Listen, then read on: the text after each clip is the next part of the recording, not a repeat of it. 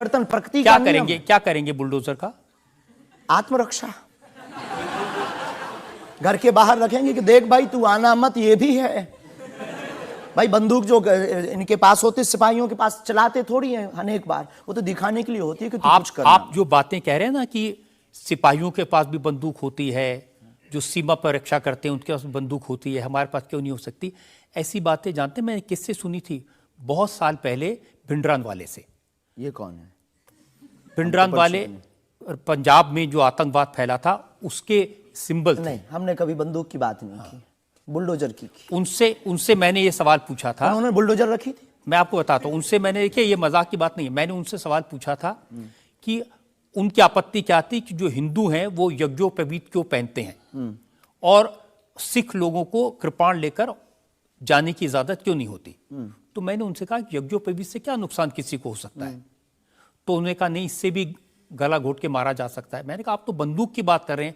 तो उन्होंने यही कहा था कि सिपाहियों के हाथ में भी तो बंदूक होती है, वो भी आत्मरक्षा के लिए। तो ऐसी बातें जो लोग गुरु परंपरा के लोग हों उनको नहीं कहनी चाहिए।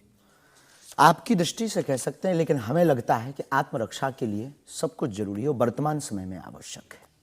और बुलडोजर की बात अगर कहें तो बुलडोजर का पूर्ण अहिंसात्मक बयान है, और किसी व्यक्ति से अगर आप जोड़ रहे हैं तो वो उसका निज मत है। हमारा मत बंदूक की तरफ। सनातन धर्म का मत क्या है? सनातन धर्म का मत है सत्य, अहिंसा, दया, क्षमा, दान, जप, तप। मारकाट की बात तो नहीं करता। वीरता भी है, ये वीरता का प्रतीक है बुलडोजर। चाय भी मंगवा दो साहब। अच्छा, हम चाय पियेंगे, हमें चाय पीना चाहते हैं। हाँ, और पानी और चाय दोनों भेजा जाए। जी। वैसे तो संतों को चाय पसंद नहीं आती है ना? लेकिन आपके बारे में जितना मैं रिसर्च की हूँ मुझे पता चला है आपको चाय बहुत पसंद है। क्या ये सही है? जी बहन, बहुत सही बात है। कौन सी चाय पसंद करते हैं? अदरक वाली चाय, और हमारे दादा गुरुजी को बहुत प्रिय है। इस चाय से हमारी याद जुड़ी हुई है दादा गुरु से। हम 2 भाई है वैसे तो, पर ताऊ चाचा के मिलाकर के 10 भाई हैं। और हम जब दादा गुरुजी के पास जाते थे तो सब ऐसे ही बैठते थे। तो दादा गुरुजी बहुत सिद्ध महापुरुष, बहुत कम बोलते थे, महापुरुष थे। तो वो चाय पीते थे तो अपनी जूठी चाय, ये जो नरेली है, इसकी आधी चाय हमको देते थे। तो हमारे जीवन में हमें ये लगा कि ये नालायक से बोलने लायक गुरु के इस प्रसाद के कारण बना है। और प्रत्येक, इसके पीछे एक और रहस्य है, प्रत्येक बालक को अपनी परंपरा को छोड़ना नहीं चाहिए, चाहे किसी भी लेवल पर पहुंच जाए। शायद ये भी सूत्र है। शुरुआत जहां से हुई, गुरु से शुरू जिसका जीवन हुआ, उसे कुछ भूलना नहीं चाहिए। इसलिए हम भूले नहीं, ये शायद हमें लगता कि हमारी अच्छी आदत है। चाय बुरी आदत, क्षमा कीजिए। युवानों से प्रार्थना है, मत पीना, हम नहीं रुकेंगे।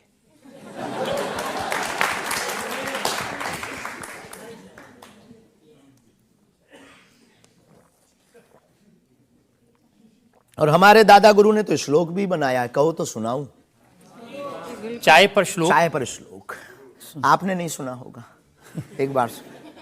केटली गर्भ संभूतम शक्कर पत्ती मिश्रितम कप मध्य विराजते देवी ओम चाय चंडिकाय नमो नमः।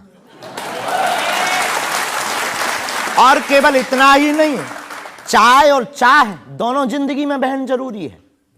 चाय हमारे लिए जरूरी है क्योंकि हमें लगता कि चाय से गुरु की याद आती है, और जिससे ईश्वर की याद आए वो बुरी चीज भी अच्छी है।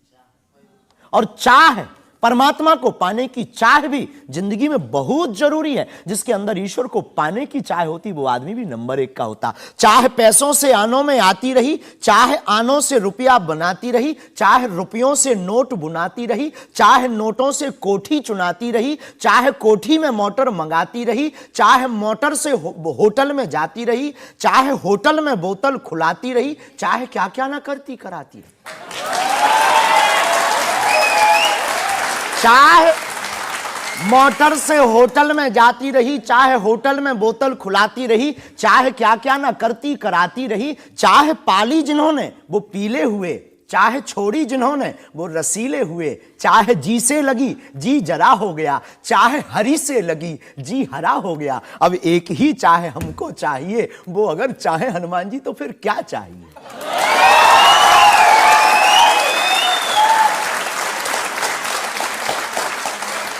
अब आप ये मत कहना कि ये डायलॉग बाजी है, क्योंकि हम आपकी अदालत में ये कहते हैं हमारा कोई भी बयान डायलॉग नहीं है, हमारा प्रत्येक बयान हमारे युवाओं को और भारत को जगाने का है। मैं तो सोच रहा था कि आपको पहले से पता होगा कि मैं क्या पूछने वाला हूं। शायद। ये जो चाय आप पीते हैं, इससे एनर्जी आती है, ऊर्जा आती है, शक्ति मिलती है? लगभग गुरु की याद आती है। और देखो चाय पीना, देखो सच बात यह है कि चाय पीना ठीक नहीं है, चाय हानिकारक है, भूख मारती है। लेकिन हम 24 घंटे में 18 घंटे सेवा करते हैं, लगभग 17 घंटे गद्दी पे बैठते बोलते हैं। भूख लगेगी तो नींद आएगी, नींद को मारने का एक बहुत अच्छा उपाय है चाय पी लेंगे। भूख कम तो हम ज़्यादा समाज सेवा कर पाते हैं, हमें ऐसा लगता है, पर डॉक्टरी भाषा में ये ठीक नहीं है। तो ये सिर्फ समाज सेवा के काम आती है, या फिर जैसे शाहरुख खान की फिल्म पठान को आपने क्रिटिसाइज किया, वो भी चाय का असर था?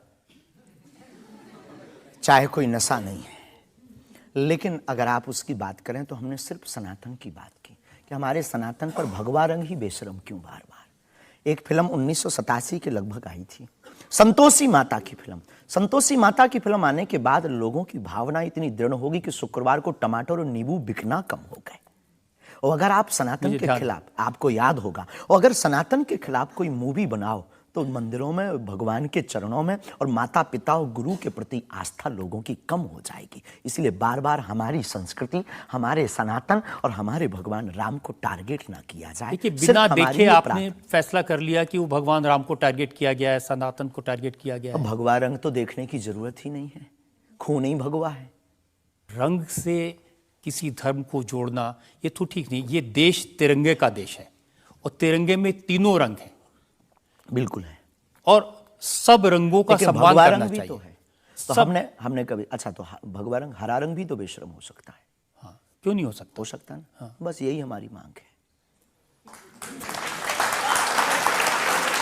देखिए, ये इस तरह की जो मांगे करते हैं ना, उसी पर मुझे आपत्ति है।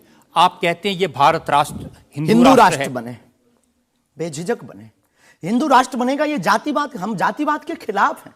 कब तक गालियां जातिवाद के नाम पर, कब तक राजनीतिक रोटियां सेकी जाएंगी? ये बंद करो। अब कब तक जातिवाद के नाम पर वोट लेंगे? आप ये बंद करो, भारत को हिंदू राष्ट्र बनाओ। सामाजिक समरसता होगी, सब में समानता होगी, सौहार्दता होगी, न पत्थर गलेंगे, न रामचरितमानस जलेगी, न राम के ऊपर कोई टिप्पणी होगी। हिंदू राष्ट्र होगा तो राम राज्य आ जाएगा। भारत विश्व गुरु है। शास्त्री जी। हेलो दोस्तों, जय श्री राम, जय भागीश्वर धाम सरकार की। तो दोस्तों देखिए, आपकी अदालत में रजत शर्मा के सवाल और बागेश्वर धाम प्रमुख धीरेन्द्र कृष्ण शास्त्री के जवाब। दोस्तों हम आपको बता दें कि मध्य प्रदेश के गढ़ा गांव में स्थित बागेश्वर धाम के प्रमुख धीरेन्द्र कृष्ण शास्त्री जी अपने चमत्कारों को लेकर खबरों में बने हुए हैं। हाल में महाराष्ट्र के तर्कवादी श्याम मानव ने उन्हें चमत्कार साबित करने की चुनौती दी थी, जिसके बाद वे सुर्खियों में आ गए थे।